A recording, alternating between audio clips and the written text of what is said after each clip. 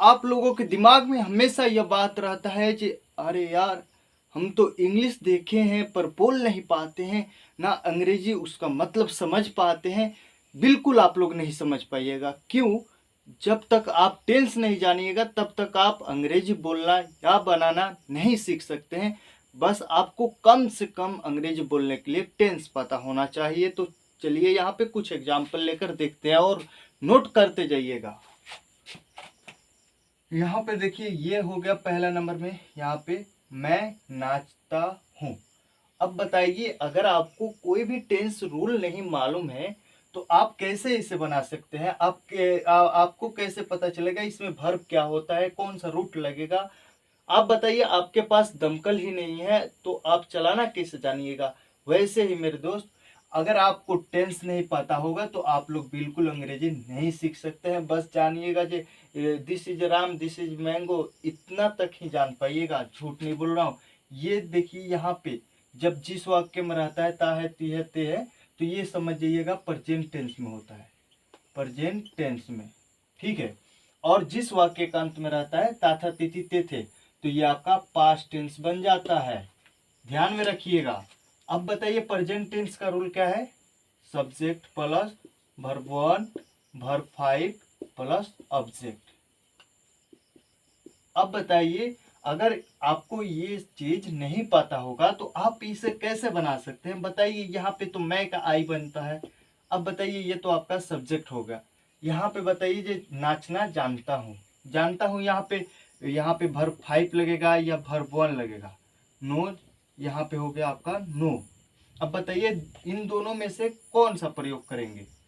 तो यहाँ पे प्रयोग होगा नो। अब बताइए, आप टेंस जानेंगे तभी तो आप समझ पाइएगा, पहचान पाइएगा और बोल पाइएगा परफेक्टली। तो यहाँ पे होगा नो, क्योंकि आई जो है ये प्लुरल भी है और सिंगुलर भी है, तो इसलिए यहाँ पे आई नो। ठीक, इसे नोट कर लीजिए। यहाँ पे देखिए, जिस वाक्य का अंत में रहता है जानता हूँ, खाना बनाना जानता हूँ, नाचना जानता हूँ, पहनना जानता हूँ, पढ़ना जानता हूँ, लिखना जानता हूँ, पढ़ाना जानता हूँ, तो जानता जानता में जब रहेगा नो होता है। ठीक है। तो इसके बाद हाउ टू से बनता है, हाउ टू डांस। तभी नो आप जान पाइएगा। जैसे मैं खाना बनाना नहीं जानती हूँ, यहाँ पे देखिए आई डोंट नो। जब जिस सब्जेक्ट में नो आएगा याद रखिएगा और नोट करते जाइएगा, तो उसमें जो है हाउ टू से बनता है या वर्ब फोर जेरंड से बनता है, जेरंड से बनता है। उसके बाद जो है हाउ टू को हटाकर आप डायरेक्ट जेरंड यानी कि वर्ब फोर का प्रयोग कर सकते हैं। देखिए यहाँ पे I don't know how to dance, how to dance. अब यहाँ पे ध्यान दीजिएगा, ये जो है नो हाउ टू, ये नो के बाद आता है मैं खाना बनाना नहीं जानती हूँ कैसे बनता है। इसका अर्थ हुआ हाउ टू डांस, कैसे नाचते हैं या कैसे नाचे। मैं नाचना नहीं जानता हूँ, इसका मतलब हो गया जो कैसे नाचे मैं नहीं जानता हूँ। और यहाँ पे देखिए, अगर इस वाक्य को आप नहीं रखना चाहते, इसका झंझट हटाना चाहते हैं, तो ये जो है नो के बाद डांसिंग कर दीजिए, डांसिंग कर दीजिए। यहाँ पर भी इसको हटाकर यहाँ पे डांसिंग कर दीजिए, डांसिंग। अब यहाँ पे देखिए, दूसरा में मैं नाचना जानती थी।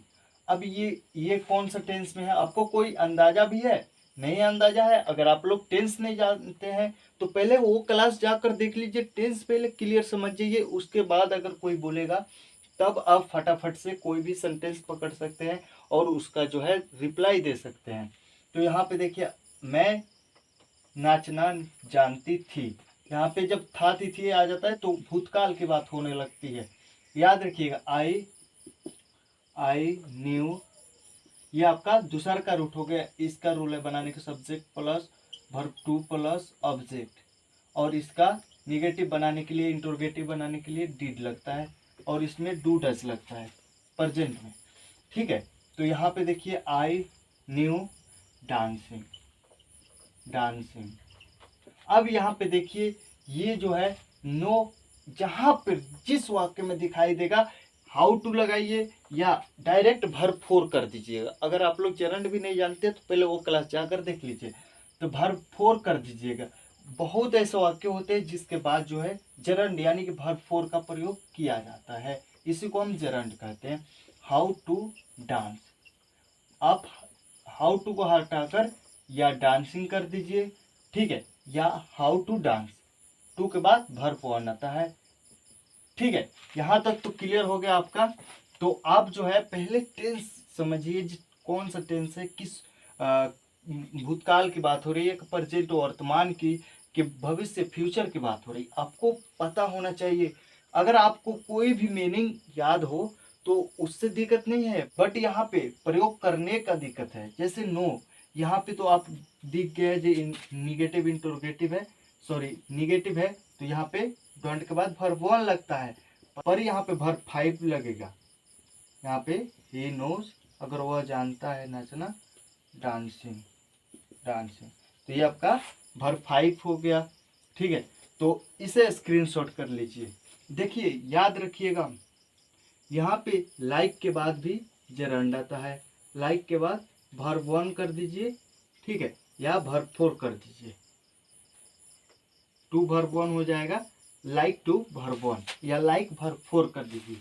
जैसे मैं वहाँ जाना पसंद करती हूँ, मैं वहाँ जाना पसंद पसंद करती हूँ, पसंद का अर्थ होता है लाइक, करती हूँ या करता हूँ, ठीक है, यहाँ पे करती हूँ। अब यहाँ पे देखिए आई, पसंद करने के आई लाइक, अब यहाँ पे देखिए गोइल कर दीजिए, गोइल या टू गो, मैं वहाँ जाना पसंद करती हूँ या करता हूँ, गो, ठीक है। और इसके बाद में ज्यों का त्यों जो भी रहेगा उतर जाएगा का ये, ठीक है। तो इतना ध्यान में रखिएगा, लाइक के बाद में जरंड आता है, ठीक है, और टू वर्ब वन भी आता है। तो इसे स्क्रीनशॉट कर लीजिए, सिर्फ नो के अर्थ में, जानता हूँ, जानती हूँ, ठीक है, तब इसके बाद में वर्ब फोर का प्रयोग होता है, या हाउ टू का प्रयोग करिएगा। हाउ टू जब लगता है तो इसके बाद में वर्ब वन का प्रयोग होता है, इतना याद रखिएगा। टेंस भाई बहुत ही जरूरी है अंग्रेजी बोलने के लिए, समझने के लिए, सीखने के लिए, तो इसे स्क्रीनशॉट कर लीजिए। और भी हम एग्जाम्पल लेकर देखते हैं। यहाँ पे अंग्रेजी बोलते समय कुछ ऐसा सेंटेंस आता है जिसमें दो सिंपल सेंटेंस होते हैं, यहाँ पे देखिए, और वो भी फ्यूचर में होते हैं भाई। तो बहुत सारे बच्चे he will go, I will come, वह जाएगा तो मैं आऊँगा, ऐसे बोल देते हैं, या ऐसे ग्रामर में ट्रांसलेशन बना देते हैं, पर वैसा कभी भी नहीं बनाना चाहिए, क्योंकि इसका एक रूल है, सबऑर्डिनेट क्लॉज जब डबल फ्यूचर में होता है तब एक होता है प्रेजेंट टेंस में बनता है, एक प्रेजेंट इंडेफिनिट से बनाया जाता है, और एक जो है फ्यूचर टेंस से बनाया जाता है, फ्यूचर टेंस से बनाया जाता है, ठीक है।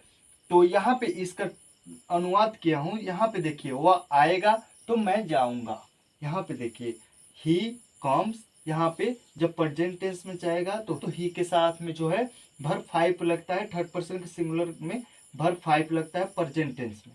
इतना तो क्लियर है आपका। अब यहाँ पे देखिए आई सेल गो, आई के साथ, आई वी के साथ तो सेल लगता है, इसके साथ में वर्ब वन लगेगा।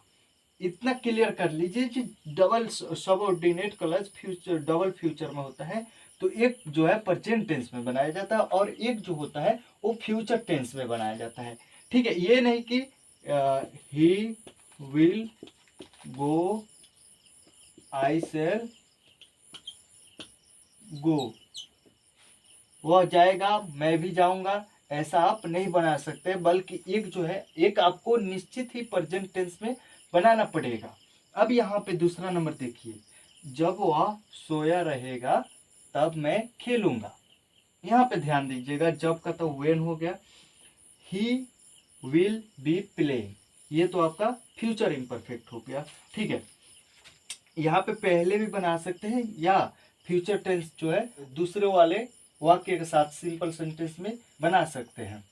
अब यहाँ पे देखिए when he will be playing I shall play, आप ऐसा बिल्कुल नहीं बना पाइएगा, और बनाइएगा तो आपका जो ट्रांसलेशन है, या आप स्पीकिंग कोर्स कर रहे हैं, या कहीं पे आप स्पीच दे रहे हैं, तो वहाँ पे जो है आपका वाक्य जो है गलत हो जाएगा। तो इसलिए ध्यान दीजिएगा, इसका सही सेंटेंस यह होगा when he will be playing, sorry sleeping. अब यहाँ पे देखिए, अब यहाँ पे जो है मैं खेलने जाऊंगा या खेलूंगा, तब यहाँ पे जो है ये सेल नहीं लगेगा, क्योंकि सबऑर्डिनेट क्लॉज फ्यूचर में डबल होता है। तो और एक जो है प्रेजेंट टेंस में बनाया जाता है, प्रेजेंट इंडेफिनिट या प्रेजेंट जिसमें रहता है उसमें बनाया जाता है, और एक जो है फ्यूचर इंडेफिनिट या फ्यूचर इम्परफेक्ट में बनाया जाता है। इतना ध्यान रखिएगा। तो ये सेल जो है आपका नहीं रहेगा, आई सेल सिर्फ प्ले, इतना आपका सही हो गया। और जो है एक एक का रोज प्रैक्टिस करते जाइएगा, तो आप स्लोली धीरे धीरे स्पीक करना सीख जाएंगे। ठीक है, तो इसे स्क्रीनशॉट कर लीजिए। यहाँ पे एक और महत्वपूर्ण चीज देखिए, स्पीकिंग में ये बहुत ही जरूरी है, बहुत ही काम आता है। याद रखिएगा, जब फ्यूचर टेंस हेलमेट मेरे सर ने नाम दिए हैं में होता है, ठीक है, इसका जो नाम है हेलमेट से हम लोग जानते हैं, मेरे सर ने मुझे पढ़ाए हैं, ठीक है। तब प्रेजेंट इंडेफिनिट और प्रेजेंट कंटिन्यूअस दोनों टेंस में ये वाक्य जाता है। यदि इसमें होता है तब हेलमेट। अब आप लोग हेलमेट कैसे पहचानिएगा, याद रखिएगा, हेलमेट उस वाक्य को कहते हैं जिसमें घोषित कर दिया जाता है, जिस वाक्य को घोषित कर दिया जाता है, और जिसमें अलाउंस, जो जैसे ट्रेन कल आएगी 5 बजे, अगर उसका टाइम परफेक्ट है, ठीक है, तब वह फ्यूचर टेंस में बनेगा। ठीक है, अब गांधी जी कल यहाँ आएंगे, अब गांधी जी भाई कल यहाँ आएंगे या ट्रेन जो है कल आएगी, तो इसमें जो है, इसमें क्या है, घोषित कर दिया जा रहा है जो कोई बड़े आदमी आ रहे हैं, अलाउंस पहले ही कर दिया जाता है, अलाउंस पहले ही कर दिया जाता है। ठीक है, और जो है मैं कल दिल्ली जाऊंगा, तो आप इसमें भी बना सकते हैं, पर इसमें जो है फ्यूचर टेंस ज़्यादा बेटर होता है, क्योंकि भाई मैं कल दिल्ली जाऊंगा तो कौन जानता है, पूरा दुनिया जानता है, सिर्फ मेरे घर वाले जानते हैं कि मेरा बेटा कल दिल्ली जा रहा है। अगर गांधी जी जैसे शाहरुख खान या सलमान खान, ये लोग क्या है, एक बड़े सेलिब्रिटी आदमी है, अब जहाँ भी जाते हैं उसके जाने से पहले वहाँ पे जो है इंफॉर्मेशन कर दिया जाता है कि कल शाहरुख खान वहाँ जाएंगे। तो इसलिए इसमें जो है इस वाक्य में अलाउंस कर दिया जाता है, घोषित कर दिया जाता है। तो इस वाक्य को बनाने के लिए प्रेजेंट इंडेफिनिट और प्रेजेंट कंटिन्यूअस का प्रयोग किया जाता है, याद रखिएगा। जैसे कुछ एग्जाम्पल लिया हो, इसे नोट करते जाइएगा, तभी आप समझ पाइएगा। ठीक है, मोदी जी कल यहाँ आएंगे। अब यहाँ पे ध्यान दीजिएगा, मोदी जी, और ये तो है, ये तो फ्यूचर में है, तो मोदी जी भाई कौन है, जिसके प्रधानमंत्री है भाई। तो भाई अगर कल कहीं जाएंगे, कहीं काम कराने जाएंगे या कुछ भी करने जाएंगे, तो ये जब जाएंगे तो भाई पहले ही घोषित कर दिया जाता है कि कल मोदी जी यहाँ आने वाले हैं, जाने वाले हैं, ये काम कराने वाले हैं, या कोई भी हो गया, तो सब कोई जानता है। अगर आप नॉर्मली कहीं पे जाइएगा या नॉर्मली कोई काम करिएगा तो कोई भी नहीं जानता है, सिर्फ आपके घर वाले को छोड़कर। तब यहाँ पे देखिए, Modi ji comes here tomorrow, Modi ji is coming here tomorrow, इन दोनों टेंस का प्रयोग कर सकते हैं, दोनों आपका वाक्य जो है सही है।